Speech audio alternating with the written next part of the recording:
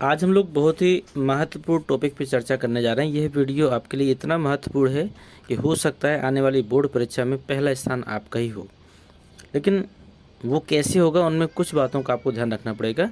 और इसलिए इस पूरे वीडियो को आप ज़रूर देखें और मैं गारंटी देता हूँ कि अगर आपने इतने नियमों का पालन किया तो आने वाली बोर्ड परीक्षाओं में आप डेफिनेटली कोई ना कोई अंक लेकर ज़रूर आएंगे। चलिए सबसे पहले बात करते हैं हम लोग पाठ्यक्रम की। तो ध्यान दीजिएगा, किसी भी परीक्षा में बैठने के पहले आपको उस पाठ्यक्रम का नॉलेज होना ज़रूरी है। मतलब आपको मालूम होना चाहिए कि हम जिस परीक्षा में बैठने वाले हैं उस परीक्षा का टाइम टेबल क्या है, उस परीक्षा का पाठ्यक्रम क्या है, मतलब सिलेबस क्या है। अगर आप परीक्षा में बैठने वाले हैं, अगर आपको सिलेबस का ज्ञान नहीं है तो आप कभी भी एक बेहतर अंक प्राप्त नहीं कर सकते। परीक्षा चाहे जो भी हो, चाहे वो आईएएस का एग्ज़ाम हो, चाहे वो आपका रेलवे का हो, चाहे आपका बोर्ड एग्ज़ाम हो, 10वीं हो, 12वीं हो, कोई भी एग्ज़ाम हो, आपको उस एग्ज़ाम के पहले उस पूरे सिलेबस का ज्ञान होना अत्यंत आवश्यक है। अर्थात आप जिस परीक्षा में बैठने वाले हैं, वैसे स्पेशली यह वीडियो हमने बोर्ड एग्ज़ाम 10वीं और 12वीं के बच्चों के लिए तैयार किया है। लेकिन फिर भी आप जिस एग्ज़ाम में बैठने वाले हैं, अगर आप भी इस वीडियो को देख रहे हैं तो आप कम से कम आप जिस परीक्षा में बैठने वाले हैं उस परीक्षा का सिलेबस फटाफट डाउनलोड करें। मैं तो कहता हूँ डाउनलोड नहीं, उसका प्रिंट आउट निकलवा कर रखें, क्योंकि जब चीज़ें सामने होती हैं उसकी बात एक अलग होती है।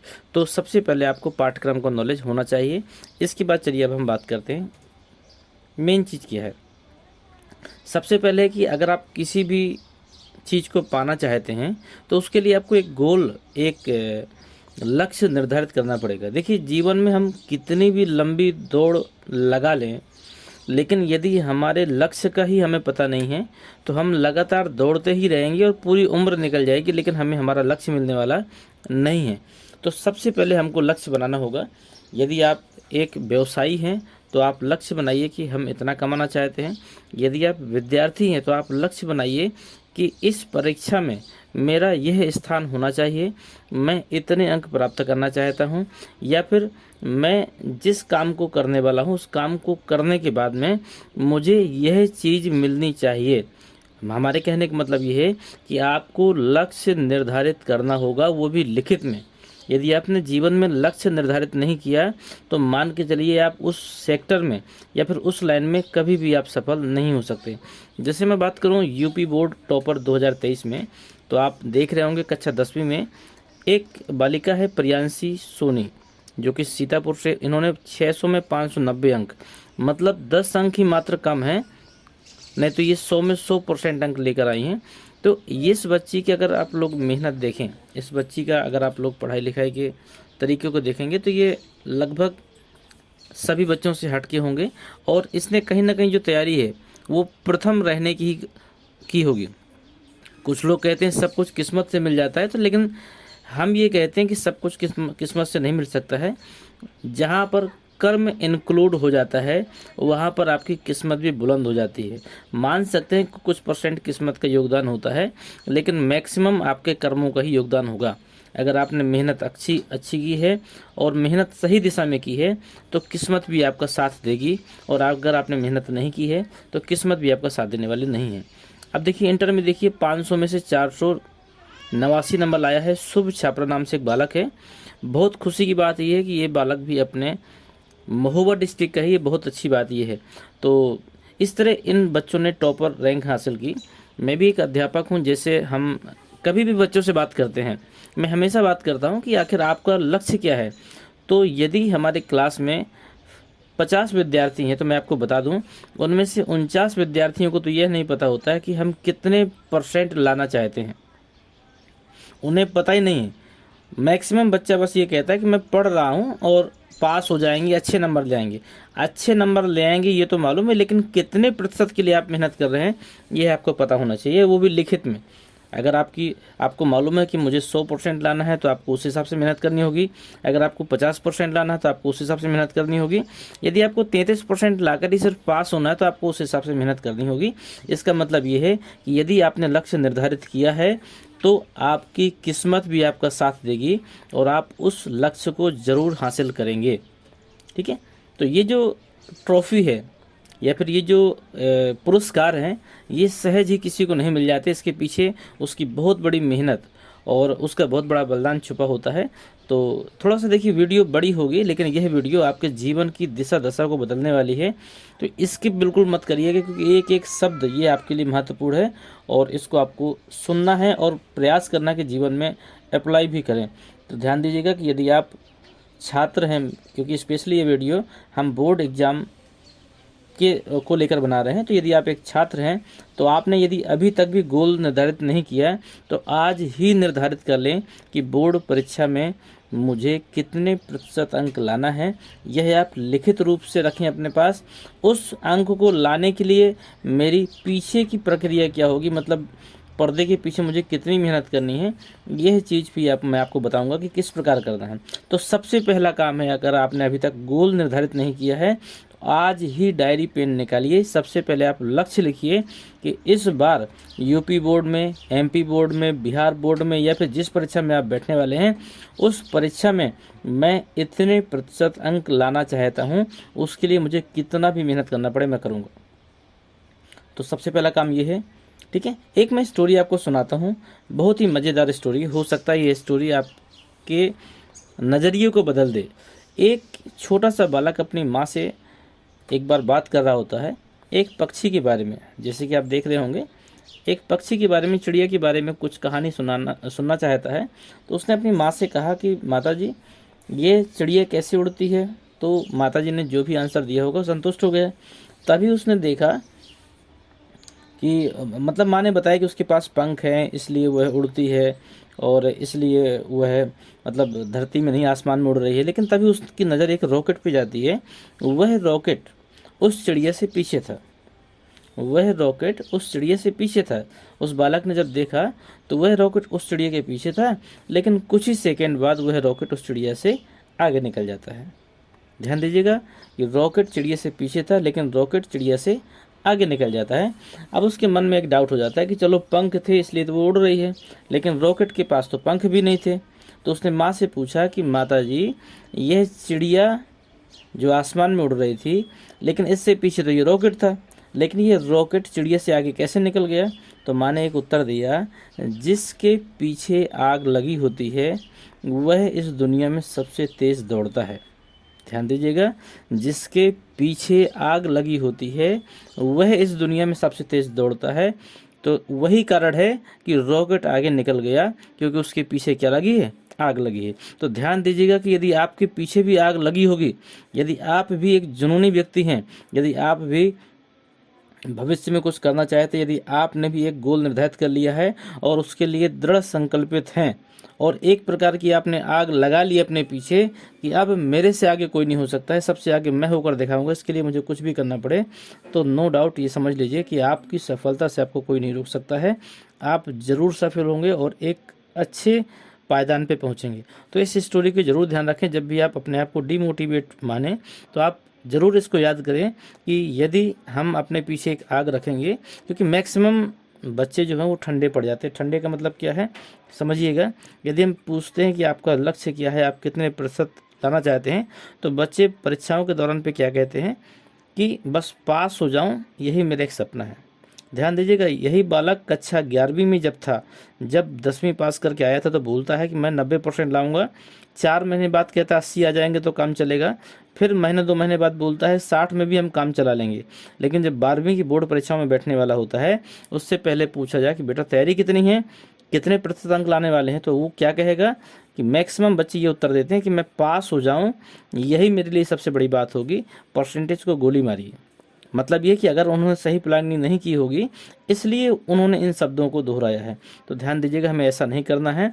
हमें भी अपने पीछे एक आग लगानी है और उस आग के कारण ही हम इस दुनिया में सबसे आगे निकल के जाएंगे। तो उस आग को बुझने नहीं देना है। तो इस स्टोरी को ध्यान रखेंगे आप। इसके बाद है विषयों और प्रसंगों को प्राथमिकता दें।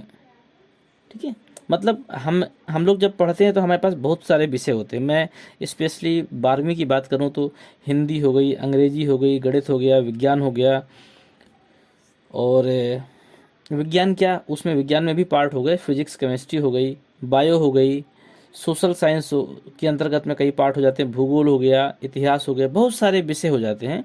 लेकिन आपने भी नोटिस किया होगा कि किसी भी विद्यार्थी की किसी विषय में विशेष रुचि होती है।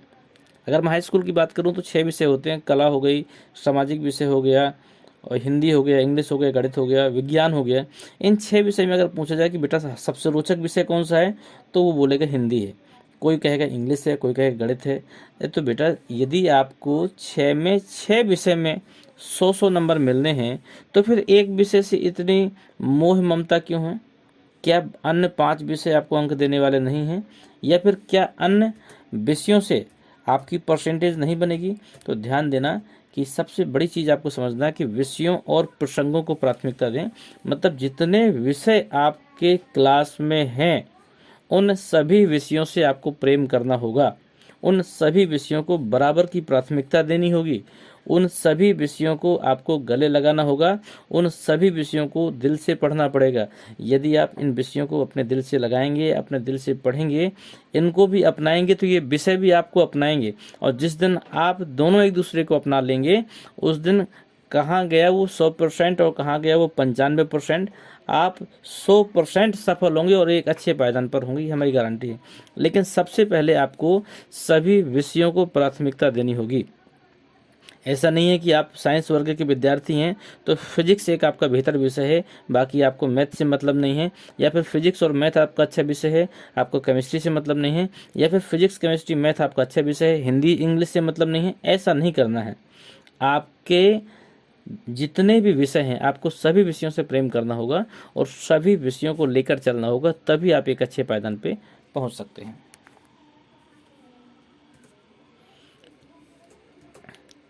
ठीक है। विषयों के अलावा आपको देखिए सिलेबस का जानकारी होना जरूरी है। कई बच्चे किताब खरीद लेते हैं, किताब तो देखिए सब खरीदते हैं, बिना किताबों की पढ़ाई तो होनी नहीं है। सभी ने किताब खरीदी है, लेकिन मैं आपको बता दूं किताब में संपूर्ण सिलेबस होता है। संपूर्ण का मतलब ये है बहुत सारी चीज़ें होती हैं। पहली चीज़ तो ये है कि आपको पूरा पढ़ना है किताब को। यदि आप वास्तव में जानकारी चाहते हैं तो आपको पूरी किताब का अध्ययन करना चाहिए। लेकिन फिर भी मैं आपको बताऊं कि अब आप पेपरों के नज़दीक बैठे हुए हैं, यदि अब आप ऐसा करते हैं तो कहीं ना कहीं आप अपना रिजल्ट बिगाड़ सकते हैं। तो इसलिए मेरा मानना है कि यदि आप परीक्षाओं के पहले एक बेहतर तैयारी करना चाहते हैं तो आपको सिलेबस की जानकारी होना बहुत ज़रूरी है।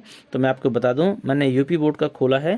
यदि आप यूपी बोर्ड में बैठने वाले विद्यार्थी हैं तो मैं आपको बता दूं कुछ इस प्रकार की साइट होगी। यूपी एमएसपी में जाकर सिलेबस को चेक करेंगे और वहाँ जाकर आपको 9th हाई स्कूल 11वीं और 12वीं के संपूर्ण सिलेबस और संपूर्ण विषय दिखाई देंगे। उनमें से आप जिसे डाउनलोड करना चाहते हैं उसे आप डाउनलोड कर लें। उसे डाउनलोड करने के बाद में उसमें देखें कि क्या सिलेबस हमारे पाठ्यक्रम में है और किसको ख़त्म कर दिया गया है। जिसको ख़त्म कर दिया गया हो उससे आप दूर हटें, जो आपके सिलेबस में है उसको आप लिखें या फिर आप प्रिंट आउट निकलवा लें और उस सिलेबस के हिसाब से यदि आप पढ़ाई करेंगे तो मैं आपको बता दूं समय भी कम लगेगा और कम समय में आप संपूर्ण सिलेबस को कवर करके आने वाली परीक्षाओं में अच्छे अंक हासिल कर सकते हैं। कैसे आप लोग डाउनलोड करेंगे मैं आपको बता दूं। स्टेप 1 है open the official website of UPMSP at upmsp.edu.in। यदि आप इतना डालेंगे upmsp.edu.in, यदि आप इसको डालेंगे तो इस प्रकार की साइट खुल जाएगी जो आपके सामने दिख रही है। ठीक है। इसके बाद लिखा है क्लिक ऑन द सिलेबस। वहाँ पर जहाँ सिलेबस लिखा हो उस सिलेबस में क्लिक करेंगे। सिलेबस में क्लिक करने के बाद में click on the subject name, मतलब आपके पास सिलेबस में क्लिक करने के बाद में क्लासें खुल जाएंगी। 9th 10th 11th और 12th जो भी है क्लासें खुलेंगी। क्लासों के बाद में अगर आपने क्लिक किया सब्जेक्ट में तो जो सब्जेक्ट आप चाहते हैं उस सब्जेक्ट का सिलेबस आपको मिल जाएगा। उसकी PDF आप डाउनलोड कर सकते हैं, प्रिंट आउट निकलवा सकते हैं और उसके बाद में आप तैयारी करें। आपका रिजल्ट कई गुना बढ़ जाने वाला है यदि आप ऐसा करते हैं तो। इसको हल्के में न लें, क्योंकि परीक्षाओं में जो पेपर आने वाला है वह सिलेबस के अकॉर्डिंग ही आएगा। लेकिन आपने तैयारी विदाउट सिलेबस की है तो आपने समय तो दिया, बहुत दिया, अथक प्रयास किया, लेकिन हो सकता है रिजल्ट ऐसा ना आए जैसा आना चाहिए। इसके लिए आपको ज़रूरी है आप विषयों के साथ में उन प्रसंगों को भी प्राथमिकता दें जो कि अपने पाठ्यक्रम में दिए गए हैं। ठीक है। अब इसके बाद में अब हमारे पास देखा जाए तो एक अध्याय में बहुत सारी चीज़ें होती हैं।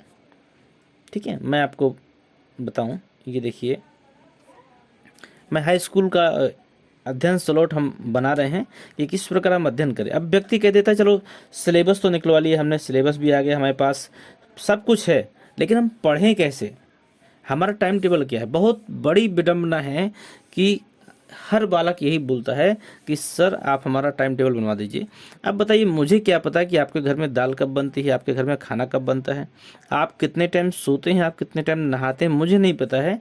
तो यह तो आपको ही पता है कि आपके घर में दैनिक दिनचर्या क्या है, कितने टाइम आप जगते हैं, कितने टाइम आप सोते हैं, क्या करते हैं क्या नहीं करते हैं।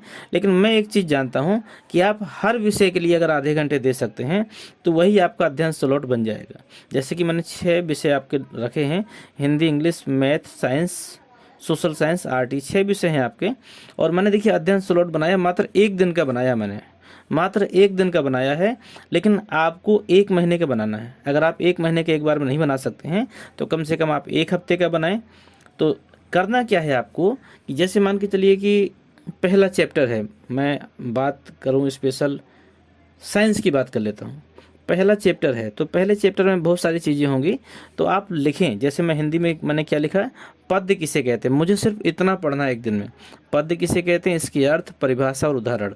मतलब मुझे आज की डेट में हिंदी में सिर्फ इतना पढ़ना है कि पद्य किसे कहते हैं, उसकी अर्थ मुझे मालूम होना चाहिए। अगर मुझसे कोई पूछे कि पद्य की परिभाषा बताओ तो मुझे आनी चाहिए, उसकी परिभाषा, उदाहरण, ये सब आना चाहिए।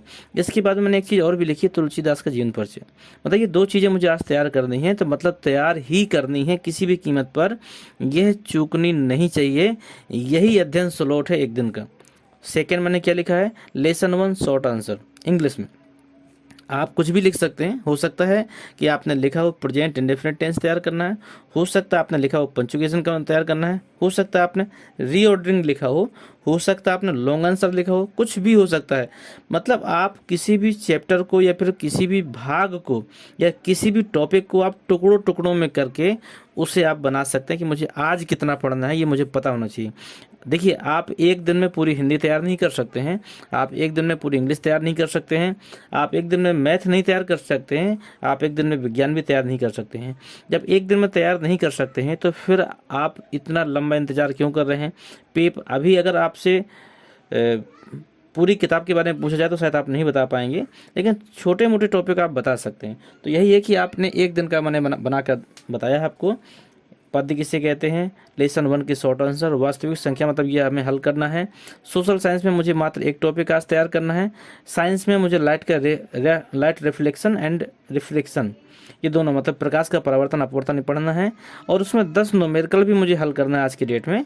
और आर्ट में मैंने लिखा कि 1 फ्लावर डेली, एक पौधा मतलब एक फूल मुझे डेली तैयार करना है। हो सकता है कि आज मैंने उसको बनाया हो तो कल मैं उसके रंगूंगा। तो ये 6 चीज़ें मैंने आपको बताई 1 दिन में करना है। तो इस तरह 6 चीज़ें में ध्यान दीजिएगा। अगर आप इस तरह के अध्ययन स्लॉट बनाते हैं और डेली बेसिस में आप इनका पालन करेंगे तो मैं गारंटी देता हूं कि ये ट्रॉफी दूर नहीं है, ये आपके पास ही आने वाली है। आप ध्यान दीजिएगा कि यदि आप, मैंने सिर्फ 1 दिन का इतना बनाया है, यदि आप 1 दिन में 1 टॉपिक को भी तैयार करेंगे तो 30 दिन में 30 टॉपिक तैयार होते हैं। मतलब 1 महीने में आपने 30 टॉपिक हिंदी के, 30 टॉपिक इंग्लिश के, 30 टॉपिक मैथ के, 30 सोशल साइंस के, 30 साइंस के, 30 आर्ट के तैयार कर लिए। देखिए 1 दिन में 1 टॉपिक बहुत आराम से तैयार हो जाएगा, कोई डिप्रेशन वाली बात नहीं है और इसको करने में आपको समस्या नहीं होगी। अगर इकट्ठे मैं आपको बोलूँगा कि पूरी विज्ञान याद करके सुनाओ तो ना सुना पाएंगे, पूरी इंग्लिश सुनाओ नहीं सुना पाएंगे, पूरी मैथ करके दिखानी है नहीं कर पाओगे। लेकिन आप 1 टॉपिक को बेहतर तरीके से 1 दिन में तैयार कर सकते हो। तो 1 दिन में 1 टॉपिक का मतलब 30 दिन में 30 टॉपिक तैयार किए। अभी अगर मैं बात करूँ, आज की तारीख है 17 तारीख है, ठीक है, 17 में 20 मान के चलता हूँ तो 10 दिन आपके इस महीने में बचे, नवंबर के, दिसंबर पूरा बचा, जनवरी पूरा बचा, 2 महीने ये हुआ। और फरवरी में लगभग 10 तारीख के आसपास पेपर चालू हो जाते हैं, तो कहीं ना कहीं 10 दिन वहाँ बचे, मतलब 60 और 20 80 दिन हमारे पास हैं। तो देखिए मैंने लिख दिया है कि 1 टॉपिक यदि आप डेली का तैयार करते हैं तो 80 दिन में 80 टॉपिक होते हैं। अब 80 टॉपिक का मतलब मैं गारंटी देता हूँ कि यदि आपने मात्र 80 टॉपिक ही तैयार कर लिए प्रत्येक विषय में तो आपको 95% लाने से कोई दुनिया में आपको रोकने वाला नहीं है। मतलब यदि आपने ये कर्म किया तो इसके परिणाम बहुत अच्छे मिलने वाले हैं, ये मेरी गारंटी है। और ये मेरी शुभकामनाएं भी हैं आपके साथ में। लेकिन ये अध्ययन स्लॉट आपको बनाने पड़ेंगे, एक दिन के नहीं, कम से कम आप एक बार में 1 हफ्ते के बनाएं। इससे फ़ायदा क्या होगा मैं आपको बता दूं। आपने भाई मन में बार बार एक बात आ रही होगी, हम लिखें क्यों कि मैं आज क्या पढ़ने वाला हूँ, मेरा जो मन होगा वो मैं पढ़ लूँगा, लेकिन पढ़ूंगा ऐसे नहीं हो सकता। देखिए, यदि आप लिखेंगे तो आपका कॉन्फिडेंस बिल्ड होता है यहाँ से। यदि आप कोई चीज़ लिखते हैं और वो चीज़ पूरी हो जाती है तो वहाँ से हमारा कॉन्फिडेंस बढ़ता है। और यदि लगातार आप 1 हफ्ते तक ये काम करते रहे और आपको 1 हफ्ते की सारी चीज़ें याद हैं और किसी ने पूछा और आपने बता दिया, तो यहाँ से हमारा कॉन्फिडेंस डबल हो जाता है और इस प्रकार हमारे काम करने का नज़रिया बढ़ जाता है। तो ध्यान दीजिएगा, यदि आप सफल होना चाहते हैं वास्तव में तो आपको अध्ययन स्लॉट बनाने ही होंगे। ठीक है, ब्रेक शामिल करें। पागलपन की पढ़ाई नहीं करनी। देखिए, पढ़ाई बड़े आनंद पूर्वक करनी है। मतलब मैंने आपको ये सारी चीज़ें बता दी तो हो सकता है आप थोड़ा सा डिप्रेशन में आ गए हों कि नहीं, ये अध्ययन स्लॉट मैं बनाऊंगा और फटाफट तैयारी करूंगा और सुबह से लेकर शाम तक पढ़ाई करूंगा। मैं बताऊं, हम भी एक इंसान हैं, हम मशीन नहीं है, लगातार हम काम नहीं कर सकते, ना हमारा लगातार ब्रेन काम कर सकता है। इसलिए आपको ब्रेक शामिल करने होंगे। मतलब कम से कम 1 घंटा पढ़ाई करने के बाद में, या फिर ना 1 घंटा, आपको 3 घंटे या 2 घंटे बाद में एक ब्रेक देना होगा। मतलब आपको मालूम है कि मुझे परीक्षा में 3 घंटे एक जगह बैठना है, तो आपको 3 घंटे लगातार पढ़ाई की आदत डालनी है।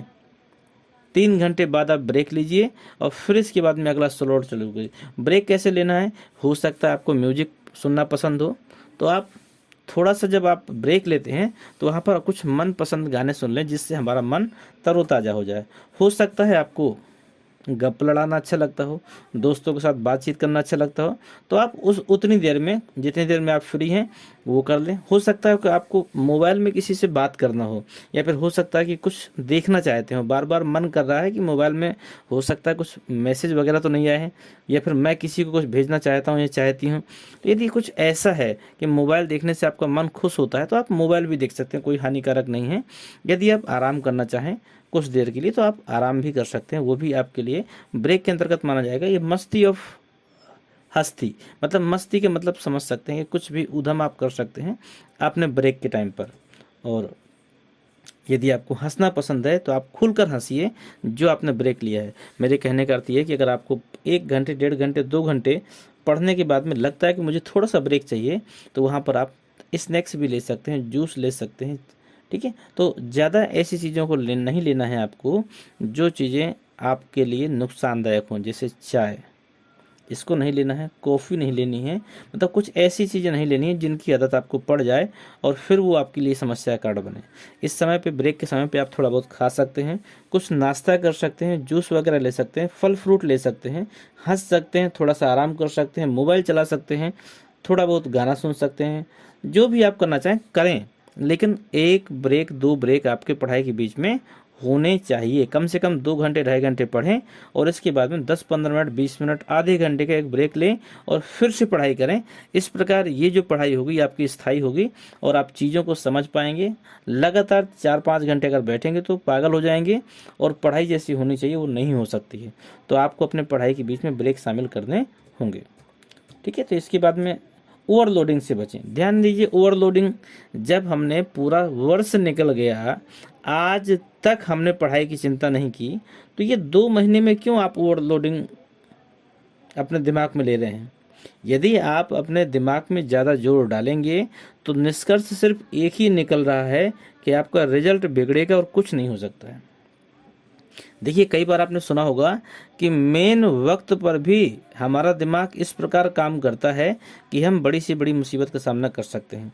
तो अगर हमारा दिमाग ओवरलोडिंग में रहेगा, अगर हम डिप्रेशन में रहेंगे, तो बनता हुआ काम भी हमारा बिगड़ सकता है। ध्यान दीजिएगा, नीचे लिखिए कुछ लाइनें कि डर आमतौर पर तनाव का कारण बनता है, जिससे छात्रों में चिंता और अवसाद विकसित हो जाता है और इसका परिणाम क्या होता है? परीक्षा में खराब प्रदर्शन। ओवरलोडिंग में क्या होता है कि आपने जल्दीबाजी में आज तक तैयारी नहीं की, अभी भी तैयारी नहीं कर रहे हैं, पेपर के 2 दिन पहले फटाफट पूरी फिजिक्स फेर डाली। बेटा, जब आपने पूरे वर्ष में फिजिक्स नहीं तैयार कर पाए, पूरे वर्ष में आप इंग्लिश तैयार नहीं कर पाए हैं, पूरे वर्ष में आपने गणित तैयार नहीं किए, तो क्या आप मानते हैं कि एक रात में क्या तैयार कर लेंगे? कुछ भी नहीं हो सकता है। तो यदि अब तक नहीं किया है तो टेंशन लेने का नहीं। अभी हमारे पास 2 महीने बचे हैं ना, 2 महीने में भी हम इतना बढ़िया करके दिखाएंगे कि आपका रिजल्ट 90 प्लस जाएगा। उससे उसका क्या है उपाय है, ओवरलोडिंग से बचें। कुछ भी परेशान होने की ज़रूरत नहीं है, बिल्कुल खुश रहें आप, परेशान नहीं होना है। जब आप चिंता मुक्त रहेंगे तो आपसे काम अच्छे होंगे। तो ओवरलोड आपको नहीं लेना है, परेशान नहीं होना है, बिल्कुल भी टेंशन नहीं लेके पढ़ाई करनी है। नींद आपको पर्याप्त रूप से लेनी है, मतलब नींद के साथ खिलवाड़ ना करिएगा कि हो सकता है कि आप 2 रात 3 रात 4 रात लगातार पढ़ते हैं और इसके बाद में बीमार हो जाते हैं, तो 4 रात आप आराम करते हैं। इस प्रकार आपकी पढ़ाई सब समाप्त हो सकती है, रिजल्ट आपका बिगड़ सकता है। इसलिए ओवरलोडिंग से आप बचें, बिल्कुल भी तनाव न लें। जो चीज़ें निकल गई सो निकल गई, आज से देखें कि मुझे क्या करना है। आज ही आप अपना लक्ष्य निर्धारित करो, आज ही अध्ययन स्लॉट बनाओ। हो सकता है कि आप पूरी किताब ना पढ़ सको, हो सकता है कि आप पूरी किताब ना पढ़ सको, लेकिन आपके पास 80 दिन हैं। 80 टॉपिक भी अगर आप पढ़ लेंगे तो अभी भी आप 80% 90% से कम नहीं लाएंगे। यदि आपने अभी भी जीरो में है, यदि अभी भी आपकी पढ़ाई शून्य है, अभी भी आपको कुछ भी नहीं याद है, तो डेली के मात्र एक टॉपिक याद करने से आपके प्रत्येक विषय में आपके 80 टॉपिक तैयार होंगे।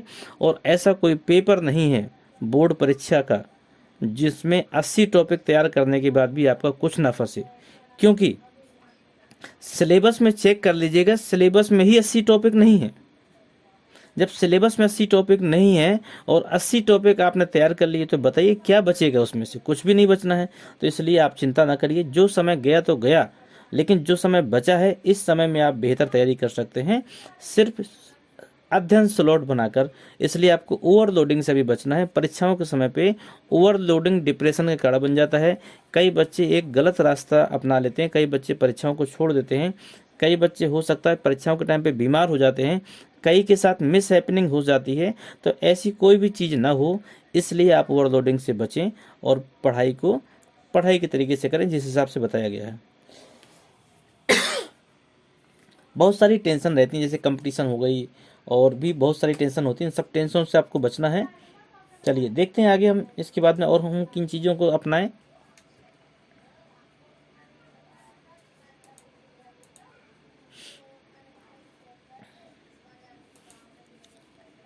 ओवरलोडिंग के अलावा देखिए बहुत सारी बातें और भी हैं ऐसी जिसे आपको ध्यान रखना पड़ेगा। जैसे इसमें लिखा है जल्दी रिवीजन करना शुरू करें। हो सकता है आपका कोर्स पूरा हो गया हो, तो आपके पास 2 महीने का समय बचा है, यहाँ पर आप रिवीजन कर सकते हैं। इसमें लिखा है आगे, रिवीजन को कभी 16 घंटे के लिए ना रखें। मतलब हो सकता है कि आपने विद्यालय जाना छोड़ दिया है, तो आपको लगे कि मैं 16 घंटे पढ़ाई करूँगा तो मैं 100 में 101% ले आऊँगा, तो ये गलत है। आप पढ़ाई को पढ़ाई के तरीके से करेंगे तो ही हो सकता है। यह सुझाव दिया जाता है कि परीक्षा से 2 दिन पहले रिवीजन शुरू कर देना चाहिए। मतलब सब कुछ तैयार करने के बाद है, ऐसा नहीं कि परीक्षा के पहले 2 दिन पहले शुरुआत कर देना चाहिए, तो आज से आप कापी किताबें सब बंद कर दें, परीक्षाओं के पहले खोलें, ऐसा नहीं करना है। कहने का मतलब ये, सिर्फ हेडिंग को आप देखिए, जल्दी रिविजन शुरू करें, मतलब अभी तक नहीं किया है तो आप शुरुआत कर दें। अगला है अपनी खुद की समय सारणी बनाएं। देखिए यही चीज़ मैं आपको बताना चाहता था, आपका टाइम टेबल कोई और व्यक्ति नहीं बना सकता, और जो व्यक्ति बना रहे हैं सो गलत कर रहे हैं, क्योंकि आपकी घर की डेली रूटीन की चीज़ें क्या हैं, कैसे क्या होती हैं, मुझे नहीं पता है, ना किसी और को पता होगी। इसलिए कोई और नहीं बना सकता, आपको खुद अपनी समय सारणी बनानी पड़ेगी और उसी समय सारणी के हिसाब से आपको विषय की तैयारी करना पड़ेगी। बस मैं एक बात कहता हूँ आपसे कि आप प्रत्येक विषय को कम से कम आधा घंटा और अधिक से अधिक आप 1 घंटे का समय घर में ज़रूर दें, यदि आप सफल होना चाहते हैं, अच्छे नंबरों से पास होना चाहते हैं तो। अगला है एक योजना बनाएं। देखिए बिना योजना के कोई काम होता नहीं है। योजना क्या है कि चीज़ों की योजना यदि हम बनाएंगे परीक्षाओं के दौरान पे, तो हमें समझने में आसानी रहती है। मतलब अब हमेशा आप फेयर को थोड़ी पलटेंगे, हमेशा आप किताबों को थोड़ी पलटेंगे। आपने किताबों में जितनी की पॉइंट पढ़ी हैं उनकी आप एक अलग से नोट बना लें। मतलब किताबों में जितनी महत्वपूर्ण चीज़ें हैं उनको निकाल कर आप एक नोट्स बना लें, और नोट्स में भी फिल्टर करें कि कौन सी चीज़ें बार बार पूछी जाती हैं, उन चीज़ों की आप तैयारी करें। मतलब आपके पास एक योजना होनी चाहिए कि परीक्षाओं के टाइम पे मुझे मात्र 2 घंटे का टाइम मिल जाए तो मैं पूरे सब्जेक्ट को एक बार रिवाइज कर सकता हूँ। इस प्रकार की योजना होनी चाहिए। विषयों को मिलाएं, मतलब कभी भी केवल एक विषय पर ध्यान केंद्रित ना करना। यहाँ पे ये कहना चाहता है ये कि कभी भी एक विषय को आप प्राथमिकता ना दें। यदि आपके पास जितने भी विषय हैं, यदि आपने सबका ध्यान नहीं दिया तो कोई ना कोई विषय आपका छूट जाएगा। इससे आपका जो रिजल्ट है वो बिगड़ सकता है। इसलिए सभी विषयों को आप मिलाकर चलें। ब्रेक के लिए समय निकालें, तो ये मैंने आपको बता ही दिया। अच्छी नींद लें, नींद ज़रूरी है। 6 से 8 घंटे की नींद यदि आप ले रहे हैं तो आप स्वस्थ रहेंगे। कि अगर स्वस्थ हैं आप तो आपका दिमाग भी स्वस्थ रहेगा, और दिमाग भी स्वस्थ है तो पढ़ी गई चीज़ें आपकी जल्दी तैयार होंगी। नोट्स लें। नोट्स का मतलब ये कि जो भी पढ़ी गई चीज़ें हैं, जो भी आपने विद्यालय में या कोचिंग संस्थान के माध्यम से या फिर आपने स्वयं सेल्फ स्टडी से नोट्स बनाई हैं, उन नोट्स की भी सहायता लें।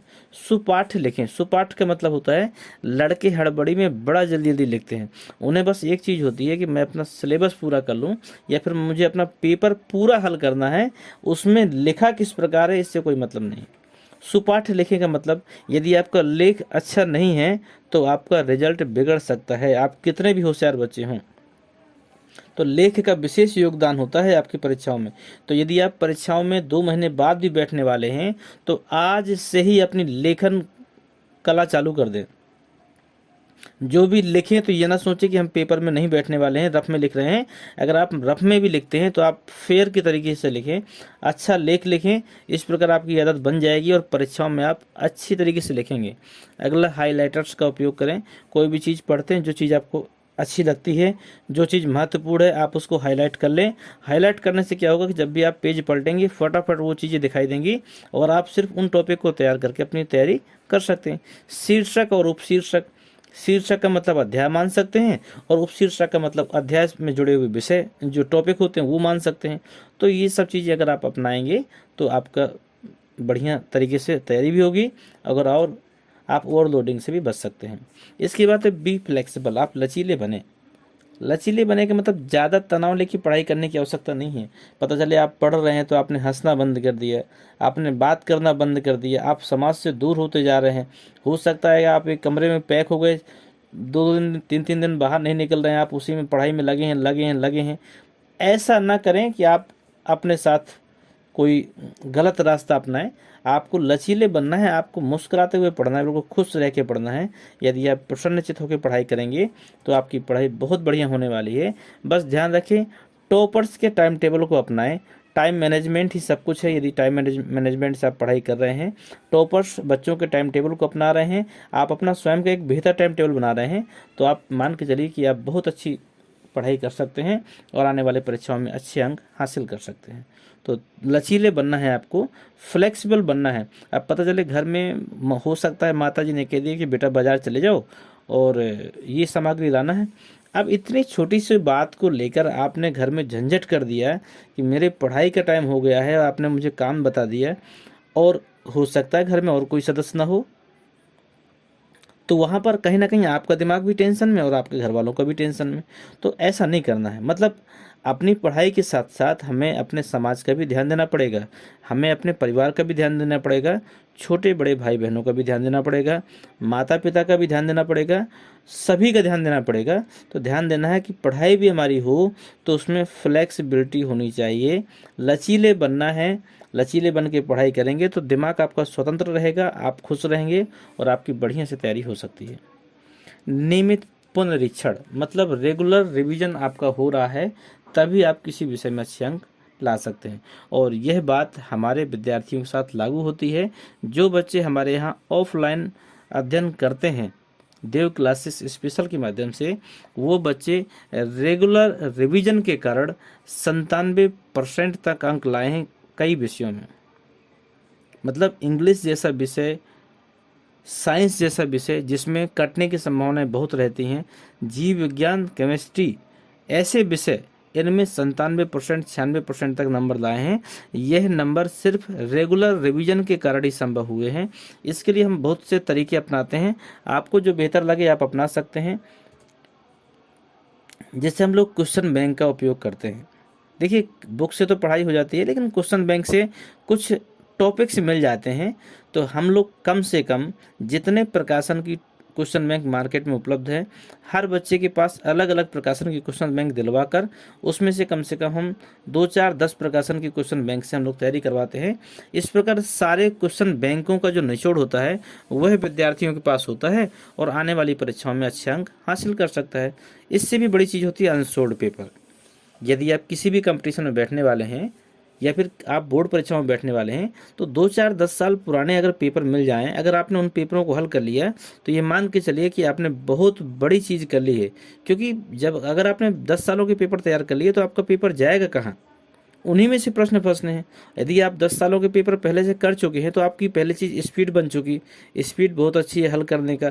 आपने कहीं ना कहीं सारे प्रश्नों को याद कर लिया है, कहीं ना कहीं हर सवालों को आपने हल करके देख लिया है। अगर इनमें से कोई प्रश्न फंसता है तो मैं कोई प्रश्न की बात नहीं करता हूँ, मैं तो ये बात करता हूँ कि 99% प्रश्न आपके उन्हीं से फंस जाते हैं, अनसोल्ड पेपरों से। तो अनसोल्ड पेपर एक तरीके से वरदान है एक अच्छे रिजल्ट के लिए। इसके बाद में सैंपल पेपर भी आते हैं मार्केट में। सैंपल पेपर का मतलब जो प्रतिदर्श प्रश्न पत्र कह सकते हैं या फिर ये कह सकते हैं आप कि मॉडल पेपर भी कह सकते हैं आप इनको। ये सैंपल पेपर के रूप में आते हैं, ये भी मार्केट से लेके आप तैयारी कर सकते हैं। इसके बाद में कैप्सूल भी आते हैं। कैप्सूल का मतलब वो कैप्सूल नहीं जिन्हें आप खाते हैं। कैप्सूल का अर्थ है हर विषय की कीवर्ड या हर विषय के की टॉपिक का मतलब है जो महत्वपूर्ण टॉपिक है, उन महत्वपूर्ण टॉपिकों को उठाकर एक पतली सी किताब बनाई जाती है जिसको मात्र एक रात में पढ़ा जा सकता है। इतनी पतली होती है कि मात्र एक रात में आप पूरी तैयारी कर लेंगे, उसे कहते हैं कैप्सूल। तो उस तरह की एक कोई बुक तैयार होती है, वो बुक मार्केट में अगर आती है उस बुक का उपयोग करके भी आप कम समय में अच्छी तैयारी कर सकते हैं। इसके बाद है मॉडल पेपर। मॉडल पेपर मैंने आपको बता ही दिया, क्वेश्चन बैंक को हम लोग मॉडल पेपर के नाम से भी जानते हैं। इसके बाद है आज की डेट में देखिए OMR में बहुत गलतियां होती हैं। अगर आपका रिजल्ट बनेगा तो OMR से और बिगड़ेगा तो भी OMR से। क्यों? क्योंकि यदि आपने अपनी तैयारी अच्छे से नहीं की है, हो सकता है आपने टॉपिक बाय टॉपिक तैयार कर लिया है, लेकिन OMR में अगर कोई प्रश्न पूछा जाता है तो वह बहुविकल्पी के रूप में होगा और बहुविकल्पी प्रश्नों को कहीं से भी उठाकर बनाया जा सकता है। इसलिए बहुविकल्पी प्रश्नों को करने के लिए आपके पास पूरे अध्याय की इन्फॉर्मेशन होना जरूरी है। तो प्रयास करें कि आप NCERT की बुक एक बार ज़रूर पढ़ें, और यदि NCERT की बुक उपलब्ध नहीं है तो आपके पास जो भी बुक है उसको एक बार रफली ज़रूर पढ़ें, एक बार 2 बार 3 बार रफली ज़रूर पढ़ें। पढ़ने से बहुत सारी जानकारी मिल जाएंगी। अगर कोई टॉपिक ऐसा लगता है जो अच्छा है लेकिन आपको समझ में नहीं आ रहा है तो आप अपने अध्यापक से सलाह लें।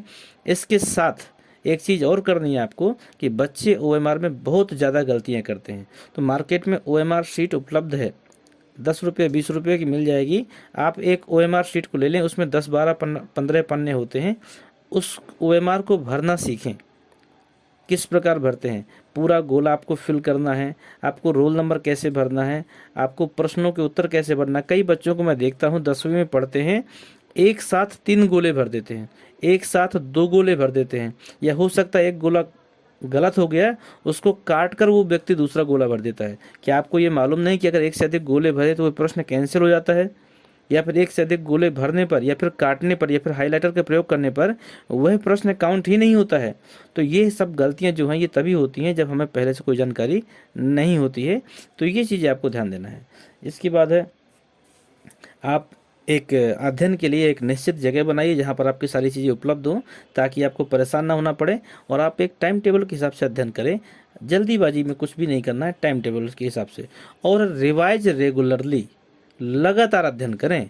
ऐसा नहीं कि आपने आज के दिन एक नहीं 2 टॉपिक तैयार कर लिए और कल क्या बोले कि वो तो मैंने आज का काम कल कर लिया था इसलिए आज मैं इस घंटे में फ्री हूँ।